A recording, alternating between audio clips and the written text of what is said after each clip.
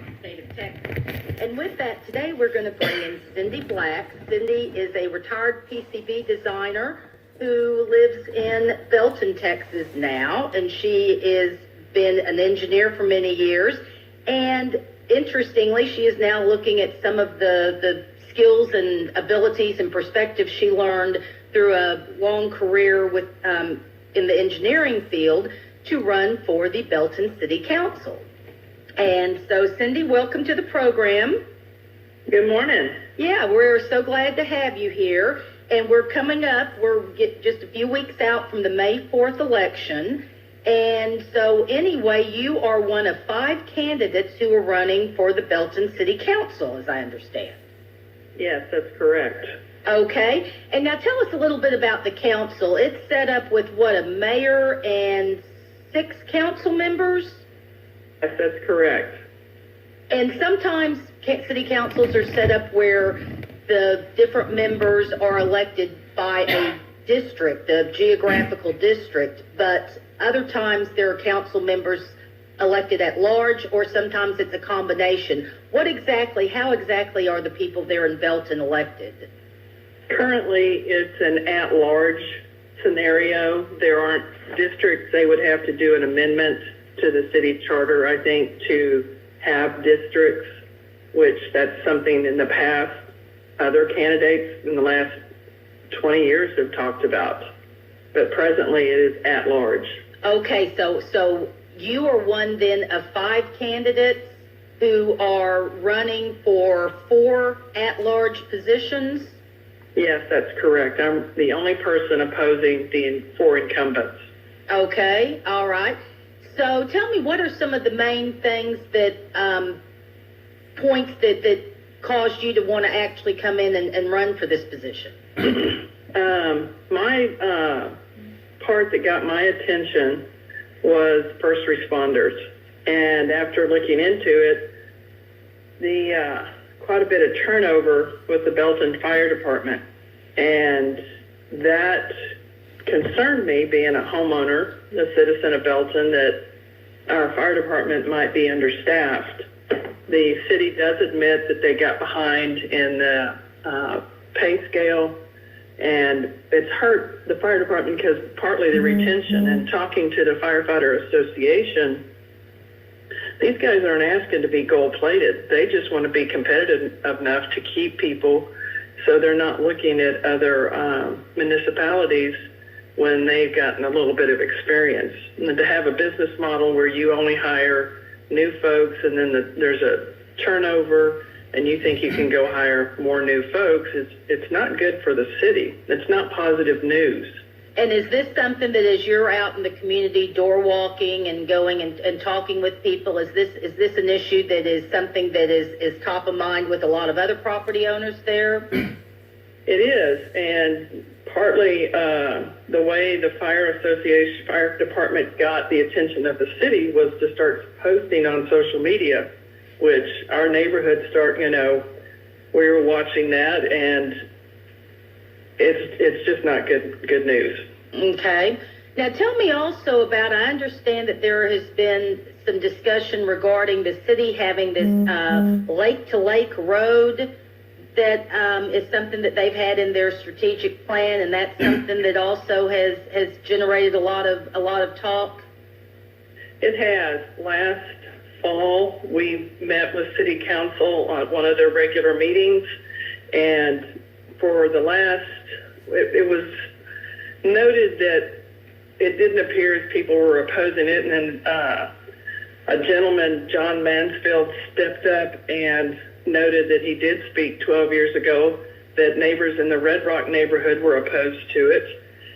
And when they initially worked with the developer in this Dawson Ranch, Red Oak, they made a tract of land, left it open, and now 10 years later, after they initially developed this and made it, acquired the land, that so many homes are built around it, it just doesn't make sense. Yesterday, in a candidate forum, they discussed that, they keep going west to the roads that will be needed. And at this point, we've proposed George Wilson a shorter distance. It has on the 14190, it has on and off ramps, which is already pre-existing. So it makes much more sense at this time to move it that further out. And even when they say in 20 years, even more so it'll be further out because this will be more developed around here. And so are there concerns also that with this, that, you know, one of the themes that we talk about regularly on the show that is a concern from things like the border wall at the state level, but also in terms of just other public works projects with its cities, that eminent domain is something that is often used and sometimes it is misused. Are there concerns by property owners that without really knowing where this is going, this project is going, that there could be some eminent domain issues as well? There could be. Okay. And so, what other types of issues are you finding that people are talking about? I know annexation has been an issue there in Belton. What other kind of issues are you finding and responding to as you're out meeting with prospective constituents? Generally, people are speaking once they're newcomers to the area, talking about services, and that entails everything from a restaurant to glass recycling. Okay. Well, I tell you something, as I look through here and see about that you are here with these other four incumbents and looking over the information about them, you have one person seeking a second term, another individual seeking a ninth term, a third seeking a fourth term, and then another one seeking a seventh term. Is anybody perhaps talking about term limits?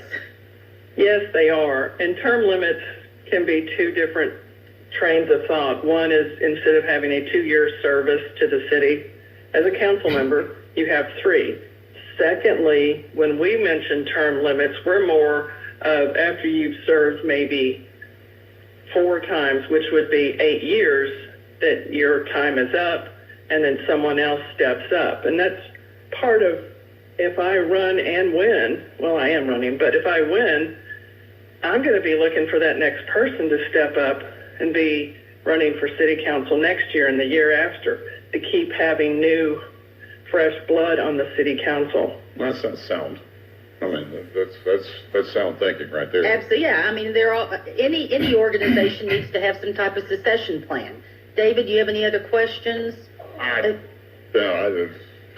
just think, this sounds pretty like a common sense stuff. I mean, right. So there's no well, and it would seem that the idea, if you had not run, these other people, and we've got about a minute left here, if you had not run, what would have happened with these other 4 candidates? Would they basically have just been kind of rubber stamped to serve their respective 3rd, 8th, 10th terms?